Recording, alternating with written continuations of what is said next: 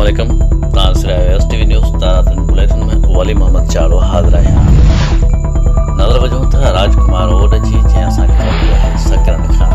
कपह जे आलमी ॾींहं ते CCRI सकरन ऑफिस में कार्टन ट्रे मल्हायो वियो। उन मौक़े ते तालके सकरन जे आबादनि खे पुंगुरायो वियो, जिन खे कपह जी जदीद सहूलियतुनि ऐं जदीद ज़रूरतुनि ते ज़रिए माहिर ॼाण ॾिनी। उन मौक़े ते कपह जी पोखीअ लाइ पेश ईंदड़ मसइला पिणु बयानु कया विया। सेमिनार में चेयरमैन सिंध आबादगार बोर्ड सईद नदीम शाह चयो त उन में को शक नाहे त सिंधी ज़रिए संस्थान पंहिंजे शोबे में पाण मल्हायो आहे, पर अफ़सोस हुकूमत जे पॉलिसियुनि जो बि आहे जो 60 साल जी उमिरि में ऑफिसर रिटायर थियो वञनि, जॾहिं त उन उमिरि में हू ज़रई माहिर तजुर्बनि मां गुज़री हिकु बहितरीन साइंसदान थिए थो, पर उन मां आबादकारनि खे को बि लाभ नथो मिले, जॾहिं त सुधरियल मुल्कनि में बोर्डनि मां फ़ाइदा हासिल कया वञनि था। हुन चयो त मुल्क जी ज़राअत में लॻभॻि 70% कम औरतुनि जो आहे, पर औरतुनि जी सिख्या जा वसीला घटि आहिनि, जॾहिं त खेनि सहूलियतूं बि न हुअण बराबरि आहिनि। हुन इहो बि चयो त आबादकारनि खे बि ज़रूरी उसूलनि ते अमल करणु घुरिजे। संदसि पुराणे ऐं ख़ानदानी तरीक़नि सां बि असांखे इख़्तिलाफ़ न आहे, पर जदीद दौर जो जदीद एताबीक इस्तेमालु करणु घुरिजनि। सेमिनार में फ़सल